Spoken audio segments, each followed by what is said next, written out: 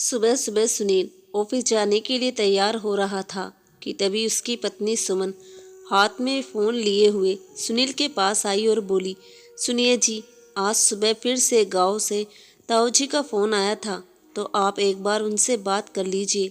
बोल रहे थे कि गांव में बाबूजी की तबीयत कुछ ज़्यादा ही ख़राब हो चुकी है, इसलिए बार बार तुम्हें फ़ोन कर रहे हैं। और ना तो तुम उनसे बात करते हो और ना ही गांव जाने की तैयारी कर रहे हो। आखिर हो क्या गया है तुम्हें? सुमन ने गुस्से से कहा। तो सुनील कुछ नहीं बोला और चुपचाप अपना बैग उठाकर अपने ऑफिस को चल दिया। शाम को जब वह दफ्तर से लौटा तो उसने देखा कि सुमन बहुत परेशान थी, लेकिन फिर भी सुनील के आते ही सुमन रसोई घर में चाय बनाने चली गई। तभी फ़ोन की घंटी बजी तो सुनील ने फ़ोन उठाया और बोला, हेलो, कौन? सुनील बेटा, मैं गांव से तुम्हारा ताऊजी बोल रहा हूँ। तुम्हारे बाबूजी की हालत बहुत गंभीर है, शायद नहीं बचेंगे। जितने जल्दी हो सके गांव लौट आओ बेटा। लेकिन ताऊजी, मेरी अभी कोई छुट्टी नहीं है, मैं अभी गांव नहीं आ सकता। आप सब लोग तो है ही वहाँ, सब संभाल लीजिएगा, बोलकर सुनील ने फ़ोन काट दिया। सामने देखा तो सुमन खड़ी थी। उसने सारी बातें सुन ली थी। उसने सुनील से कहा कि मैंने दुनिया में ऐसा पहला बेटा देखा है जो अपने पिता से इतनी नफरत करता हो। तुम्हारे पिताजी मृत्युशैया पर पड़े हैं और तुम यहाँ आराम से बैठे हो। बहू का तो नाम ही बदनाम है, बल्कि बेटे खुद ही अपने माता पिता की सेवा नहीं करते। कैसे बेटे हो तुम? सुमन बोलते जा रही थी, लेकिन सुनील पर उसका कोई असर नहीं पड़ा। चाय पीकर वो चुपचाप बाहर टहलने को चला गया। सुमन उसे देखते रह गई और सोचने लगी कि उसके अगर अपने पिता से 2 दिन भी बात नहीं होती तो उसका मन बेचैन हो उठता है। और यहाँ सुनील को अपने पिता से कोई मतलब ही नहीं है। खैर, शाम को वो लोग खाना पीना खाकर सो गए। अगले दिन सुबह उठे तो ताऊ जी का फिर से फ़ोन आया। उन्होंने बताया कि बेटा, अब तुम्हारे बाबूजी इस दुनिया में नहीं रहे, तुम आ रहे हो ना? तो सुनील ने कहा, ताऊ जी, मुझे आते आते समय लग जाएगा, तब तक आप सब क्रियाकर्म कर दीजिएगा। परंतु बेटा, तुम इकलौते बेटे हो और तुम्हारे रहते हुए भला दूसरा कोई अग्नि संस्कार कैसे कर सकता है? ताऊ जी ने कहा। तो सुनील बोला, ताऊ जी, माँ का संस्कार कैसे हुआ था? बड़े कड़वाहट के साथ बोलकर सुनील ने फ़ोन काट दिया। इधर सुमन ने जब अपने ससुर जी की मृत्यु की खबर सुनी तो वह फूट फूट कर रोने लगी। उसने रोते हुए सुनील से कहा, ठीक है, तुम जाओ या ना जाओ, परंतु मैं अपने बेटे को लेकर अभी के अभी जाऊंगी। एयरलाइंस वालों को फ़ोन कर टिकट बुक करवाने लगी। तो सुनील ने कुछ नहीं कहा। वह भी चुपचाप गांव जाने के लिए तैयार होने लगा। और जब तक वह दोनों गांव पहुंचे तब तक बाबूजी का संस्कार हो चुका था। परंतु फिर भी बाकी के क्रियाक्रम सुनील के हाथों संपन्न कराई गई। गांव की बूढ़ी औरतें सब आपस में कानाफूसी करने लगी। इस बार सुमन ने ठान लिया था कि इस रहस्य को वह जानकर ही रहेगी। सारे क्रियाक्रम संपन्न होने के बाद सारे मेहमान धीरे धीरे जाने लगे। पूरा घर खाली हो गया। पास में रहने वाले ताऊजी और ताईजी रह गए थे। बस उस दिन अच्छा मौका देखकर सुमन ने रात के खाने के बाद ताईजी को जब दूध का गिलास देने गई तो उन्हें अकेला देखकर उसने पूछा, ताईजी, आज मैं आपको सुनील की सौगंध देकर कुछ पूछना चाहती हूँ। तो ताईजी विवश भरी नज़रों से उसे देखते हुए बोली, ऐसी कौन सी बात है बहू, जिसे पूछने के लिए तुम्हें सुनील की सौगंध देनी पड़ गई? तो सुमन बोली, ताईजी, बात अगर इतनी गहरी ना होती तो मैं सौगंध भी नहीं देती, और मुझे विश्वास है कि आप मुझसे झूठ नहीं बोलेंगी। अच्छा तो बहू, पूछो, तुझे क्या पूछना है? ताईजी ने ठंडी सांस भरते हुए कहा। तो सुमन बोली, सुनील ने बाबूजी से इतनी दूरी क्यों बना रखी है ताईजी? अभी वह दोनों बात कर ही रही थी कि तभी पड़ोस की दादी सास आ गई। वह गांव की सबसे बुजुर्ग महिला थी। आते आते उन्होंने सुमन की सारी बातें सुन ली तो उन्होंने कहा, अरे तेरी ताई जी क्या बताएंगी, मैं बताती हूँ, मुझसे सुन।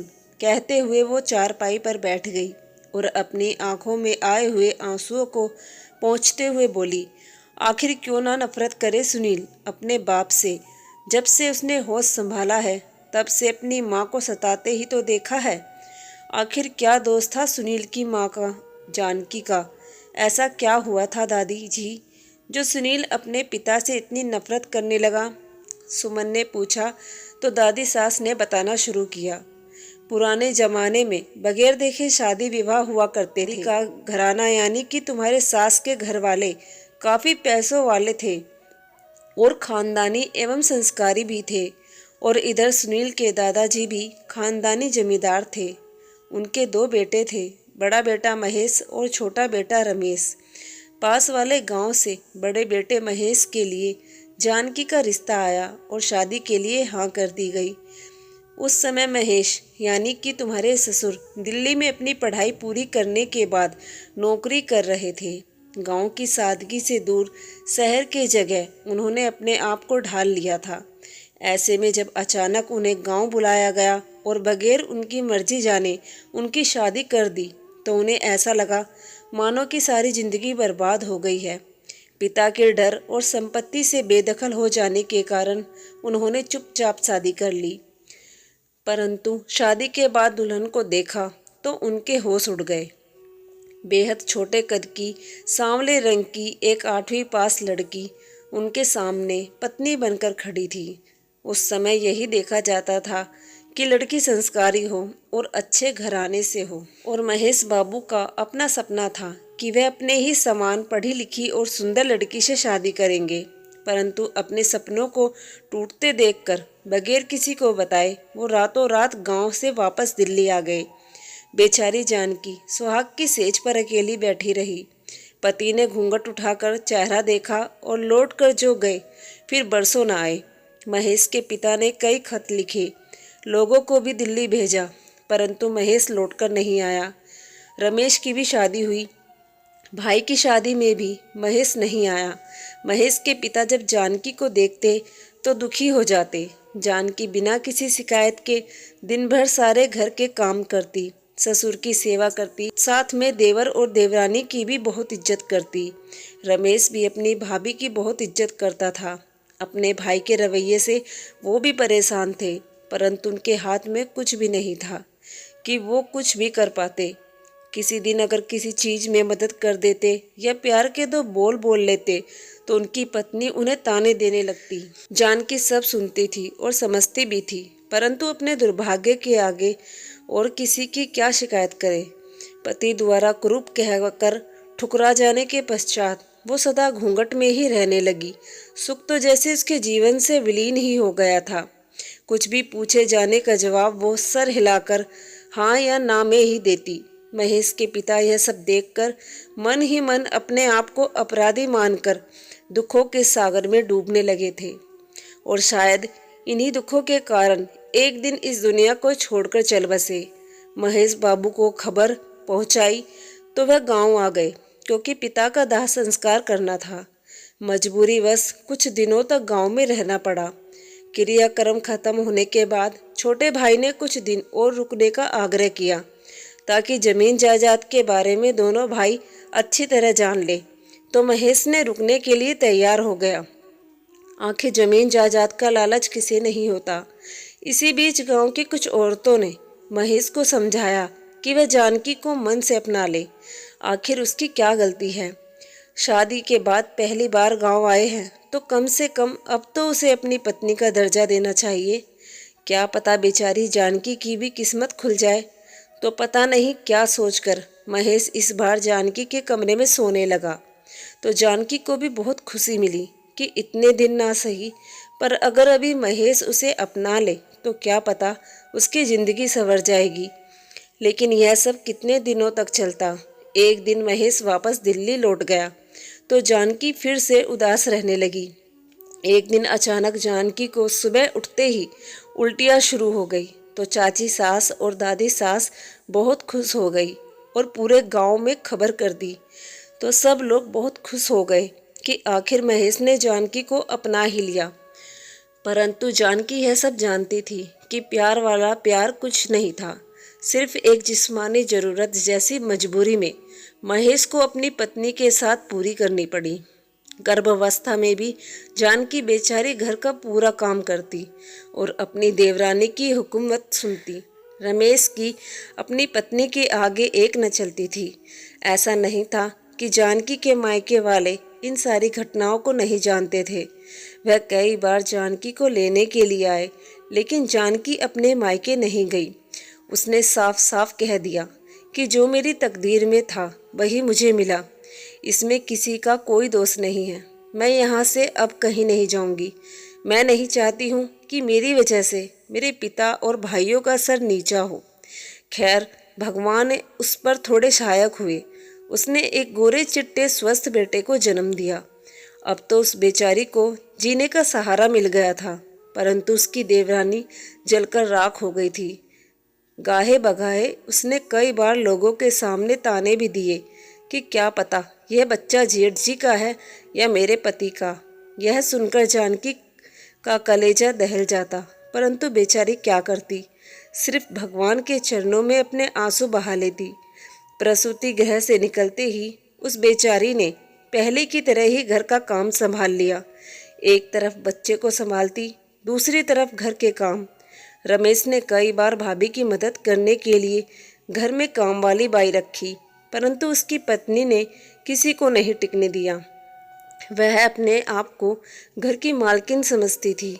मन में अलगाव की पीड़ा लिए जानकी बेचारी प्रतिदिन अपनी देवरानी से अपमानित होती रहती, परंतु उसके जीने का सिर्फ एक ही उद्देश्य रह गया था, उसका बेटा सुनील। इसके पीछे अपना दुख भूलने की कोशिश करती रही।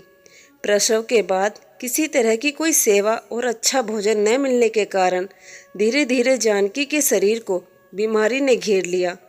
आखिर उसका था ही कौन जो उसकी चिंता करता। एक ससुर ही थे, वो भी इस दुनिया से चले गए थे। हाँ, गांव के सारे लोग और आंगन की जितनी भी बूढ़ी औरतें थी वह सभी उसे बहुत मानती थी। उधर महेश ने अपनी दूसरी शादी कर रखी थी और इसीलिए वह गांव नहीं आता था। इस बात की खबर गांव वालों के साथ साथ जानकी को भी हो गई थी, लेकिन उसने अपने बच्चे के सहारे जीना सीख लिया था। वह अक्सर सोचती रहती कि पति का प्यार ना सही, लेकिन एक बच्चे के सहारे उसकी जिंदगी कट जाएगी, परंतु तकदीर को यह भी मंजूर नहीं था। जब सुनील 3 साल का हो गया तो एक दिन अचानक महेश गांव में पहुंचा और अपना हुक्म सुना दिया कि वह सुनील को लेकर दिल्ली जा रहा है। यह सुनते ही जानकी के ऊपर तो मानो विपत्ति का पहाड़ ही टूट पड़ा। जो बच्चा उसके जीवन का सहारा था, उसके दूर होने की कल्पना मात्र से ही मानो उसके प्राण निकले जा रहे थे। जानकी ने सुनील को अपनी गोद में उठा लिया और रोते हुए बोली, अपने बेटे को मैं कहीं नहीं जाने दूंगी। यह हमेशा मेरे साथ ही रहेगा, मेरी जिंदगी में और है ही कौन। यह एक बेटा ही है जिसके सहारे मैं अपनी ज़िंदगी काट सकती हूँ। क्यों आप इसे मुझसे दूर कर रहे हो? तो महेश ने बच्चे को अपनी ओर खींचते हुए धमकी देते हुए कहा, या तो यह बच्चा मेरे साथ जाएगा, नहीं तो इसे इस दुनिया से ही भेज दूंगा। इतना सुनते ही जानकी असमंजस में पड़ गई। अपनी माँ को रोते देख सुनील भी जोर जोर से रोने लगा और अपनी माँ की तरफ जाने के लिए छटपटाने लगा, पर महेश को उस पर बिल्कुल भी दया नहीं आई और वह लगभग उसे खींचते हुए गोद में उठाकर वहाँ से चल पड़ा। जो बच्चा उन्हें पहचानता तक नहीं था, आज महेश उस बच्चे का बाप बनकर आया था।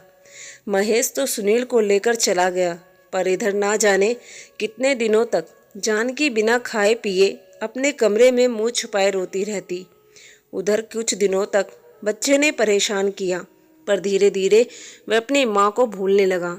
महेश ने अपनी दूसरी पत्नी को ही उसकी माँ के रूप में बताया और इसी तरह लगभग 7 साल बीत गए और इन 7 सालों में बेचारी जानकी अपने बेटे के लिए तड़पती रही। उन दिनों घर फोन भी नहीं हुआ करते थे, बस एक डाकिये की चिट्ठी और तार का इंतजार किया करते थे। मन का यह रोग तन पर भी भारी पड़ गया और एक दिन पता चला कि जानकी को कैंसर हो गया है, तो आसपास के सभी औरतें जानकी से मिलने के लिए आई और खूब रोई, लेकिन उनके रोने से जानकी का भाग्य कहाँ बदलने वाला था। उसकी देवरानी भी उसे अकेले छोड़कर दूसरी जगह जा बसी। जब जानकी के दोनों भाइयों को अपनी बहन के कैंसर के बारे में पता चला तो दोनों भाई जानकी से मिलने के लिए आए और उसे अपने साथ गांव जाने को कहा। तो जानकी ने साफ साफ कह दिया कि एक परित्याग की हुई पत्नी के रूप में मैं ससुराल से मायके नहीं जाना चाहती। मैं अपने ससुराल से ही सुहागन के रूप में विदा होना चाहती हूँ। अगर आप सब लोग मेरे ऊपर इतनी ही दया करना चाहते हैं तो बस एक बार मुझे मेरे बेटे से मिलवा दीजिए। बस आप सबसे मेरी इतनी ही विनती है। तो पास खड़े जानकी के देवर रमेश से अपनी भाभी का दुख देखा नहीं गया। उसने अपने बड़े भाई को अपनी भाभी की बीमारी के बारे में खबर कर दी और उनकी इच्छा भी बता दी। पर पत्थर दिल महेश का दिल नहीं पसीजा और उसने खुद भी आने से और अपने बेटे को भी भेजने से मना कर दिया। तो रमेश ने कहा, इतने कठोर दिल मत बनिए भाई साहब, एक बार आकर सुनील को भाभी से मिलवा दीजिए और आप भी मिल लीजिए। लेकिन इन बातों का कोई भी प्रभाव महेश पर नहीं पड़ा और उसने आने से मना कर दिया। तो रमेश जानकी के दोनों भाई और कुछ गांव वालों को लेकर अपने बड़े भाई के घर दिल्ली पहुंच गया। उस वक्त महेश घर पर नहीं था। बैल बजाने पर उनकी दूसरी पत्नी बाहर निकल कर आई और दरवाज़ा खोला तो वह लोग सीधे अंदर घुस गए और चिल्लाते हुए बोले, महेश और सुनील कहाँ हैं? तभी सुनील अपने कमरे से बाहर निकल कर आया। उसे यह सब कुछ भी समझ नहीं आ रहा था और ना ही किसी को पहचान पा रहा था। इसलिए उसने कहा, माँ, ये लोग कौन हैं और आप पर गुस्सा क्यों कर रहे हैं? इतना सुनते ही रमेश सुनील को अपनी ओर खींचते हुए बोला, यह औरत तुम्हारी माँ नहीं है, यह तुम्हारी माँ की दुश्मन है जिसने तुम्हारी सुख चैन छीन लिया है।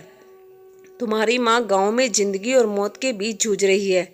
तुम्हारे पिता तुम्हें 3 साल की आयु में ही तुम्हारे माँ से छीनकर यहाँ ले आए थे। कहते हुए रमेश गुस्से से कांपने लगा। तो वहाँ खड़ी उस औरत ने सुनील से कहा, सुनील बेटा, तुम अंदर जाओ।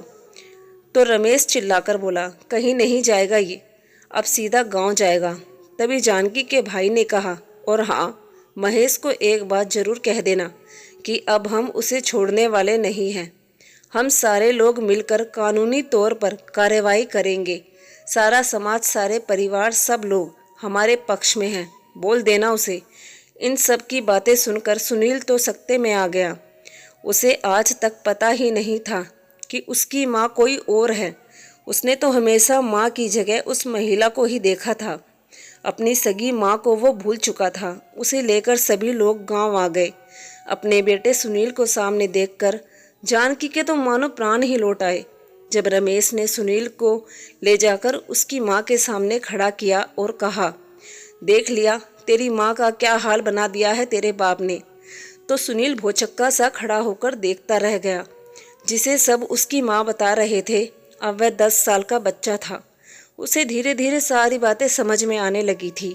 सबके मुंह से अपनी माँ की दुर्दशा और अपने पिता के कारनामों को सुनकर सुनील का हृदय हाहाकार उठा। जानकी अपने बेटे को गले से चिपका कर खूब रोई। शायद आज भगवान को भी उसके साथ रोने की इच्छा हो गई थी और चारों तरफ से काली घटाएं घिर आई। धीरे धीरे आंधी और बिजली के साथ मूसलाधार बारिश होने लगी। सुबह होने तक महेश भी आ गया था और अपने बेटे को ले जाने की धमकी देने लगा। तो उसके छोटे भाई रमेश ने कहा, भाई साहब, भाभी 2-4 दिनों की मेहमान हैं, इसलिए आप और सुनील 2-4 दिनों तक यहीं रुक जाइए। भाभी की बड़ी इच्छा है कि उनकी चिता को अग्नि सुनील ही दे। तो महेश ने कहा, यह बीमार और पागल औरत के पास मैं अपने बेटे को 1 मिनट भी नहीं छोड़ूंगा। कहते हुए उसने सुनील का हाथ पकड़ा और खींचकर वहां से ले गया। सुनील को बेचारे को इधर से उधर घसीट रहे थे। उसे कुछ समझ ही नहीं आ रहा था कि वह करे तो करे क्या। अगले दिन जानकी जी की सांसें उखड़ने लगी। उसने पड़ोस में रहने वाली ताई जी का हाथ पकड़ते हुए कहा, मेरी चिता को अग्नि मेरे बेटे से ही दिलवाना ताई जी, ताकि मुझे मुक्ति मिल सके। कहते कहते जानकी जी ने अपना दम तोड़ दिया। पास में बैठे लोग रो भी रहे थे और यह भी सोच रहे थे कि चलो, इस कष्ट से तो इस बेचारी को मुक्ति मिली। उसका दाह संस्कार करने के लिए उसके बेटे को बुलाया, लेकिन महेश ने ना तो उसे आने दिया और ना ही खुद आया। धीरे धीरे समय बीता। सुनील को भी सब कुछ समझ आने लगा था। अंतिम क्षणों में अपनी माँ से मिला था। वो बातें उसे रह रहकर याद आ रही थी, पर उस वक्त वह कुछ नहीं कर सकता था। इसलिए अपनी उच्च शिक्षा के लिए वह मुंबई चला गया और वहीं पर अपनी पसंद की लड़की सुमन यानी कि तुमसे शादी कर ली। इधर जब महेश के पैसे धीरे धीरे खत्म होने लगे तो उसकी दूसरी पत्नी आए दिन घर में झगड़ा करने लगी और एक दिन उसे छोड़कर चली गई। सुनील भी अपने पिता से नफरत करने लगा था। तो हार कर महेश बाबू ने गांव का रुख किया, पर गांव में उनसे कोई बात तक नहीं करता। वो खुद ही अपना खाना बना लेते और खा लेते। ऐसे ही समय बीतता गया। अब धीरे धीरे उनका शरीर भी कमज़ोर हो रहा था। अपने बेटे को जब भी फ़ोन लगाते तो वह कभी नहीं उठाता। एक दिन बार बार फ़ोन करने पर सुनील ने फ़ोन उठा लिया और बोला, बाबूजी, मैंने अपनी पत्नी को आपके करतूत के बारे में कुछ नहीं बताया है। अगर आप चाहते हैं कि उसकी नज़रों में आपकी इज्जत बनी रहे तो रोज़ रोज़ मुझे फ़ोन करके पुराने घाव ताज़ा मत कीजिए। बेटे की बातें सुनकर महेश अपना सा मुँह लेकर रह गया। पूरे परिवार और समाज की बेरुखी ने उन्हें अंदर तक तोड़ कर रख दिया था। अब उन्हें अपनी गलतियां याद आ रही थी, लेकिन अब बहुत देर हो चुकी थी। अब अंतिम समय में उनकी देखभाल करने वाला कोई नहीं था। तो हार कर पड़ोस में रहने वाले तेरे शर्मा ताऊ जी ने सुनील को फ़ोन किया, लेकिन सुनील के जवाब के आगे वह चुप रह गए, क्योंकि उन्हें याद था कि जब जानकी का आखिरी वक्त चल रहा था तब सब लोगों ने कितनी विनती की थी महेश और सुनील को रोकने की, परंतु महेश बाबू सुनील को लेकर यहाँ से चले गए और जानकी के अंतिम संस्कार भी उसके बेटे को नहीं आने दिया। उनके यह अंतिम इच्छा भी पूरी ना हो सकी। सुनील उसकी चिता को अग्नि दे सके। उस समय सुनील 10 साल का था, तो उसे थोड़ा थोड़ा समझ जाने लगा था। उस समय तो वह कुछ नहीं बोल सकता था, लेकिन जैसे जैसे बड़ा होता गया उसे अपने पिता से नफरत होने लगी और इसी वजह से सुनील अपने पिता को अग्नि देने नहीं आया। बेटी तो दादी सास के मुंह से अपनी सास की इतनी दुख भरी कहानी सुनकर सुमन की आंखों से झरझर आंसू बहने लगे। उस पूरी रात सुमन सो ही नहीं पाई और अगले दिन सुबह होते ही सुनील से वापस मुंबई चलने के लिए कहा। अपने घर वापस आकर सुमन रोते हुए सुनील से बोली, मुझे माफ़ कर दो सुनील, मुझे पता नहीं था कि अम्मा जी के साथ इतना सब कुछ हुआ और उन्हें इतना दुख देने वाले तुम्हारे बाबूजी ही थे। मैंने तुमसे कितना भला बुरा कहा, पर तुमने मुझे कभी कुछ नहीं कहा। तो सुनील भी अपने मन पर काबू नहीं कर पाया और रोने लगा। कुछ देर तक दोनों रोते रहे। आज सुनील का मन और उसकी अंतरात्मा दोनों ही हल्के हो चुके थे। सुनील ने जाकर अपनी अलमारी से अपनी माँ की फ़ोटो निकाली और फूलों सहित सजाकर दीपक जलाया। तस्वीर से मुस्कुराती हुई जानकी जी मानो वहीं से उन दोनों को आशीर्वाद दे रही थी। आज सुनील सच में आनंदित था कि आखिर उसने अपनी माँ का बदला ले ही लिया। तो दोस्तों, आपको ये कहानी कैसी लगी कमेंट करके ज़रूर बताएं। कहानी अच्छी लगी हो तो प्लीज़ वीडियो को लाइक करें, शेयर करें और हमारे चैनल को सब्सक्राइब करना ना भूलें। धन्यवाद।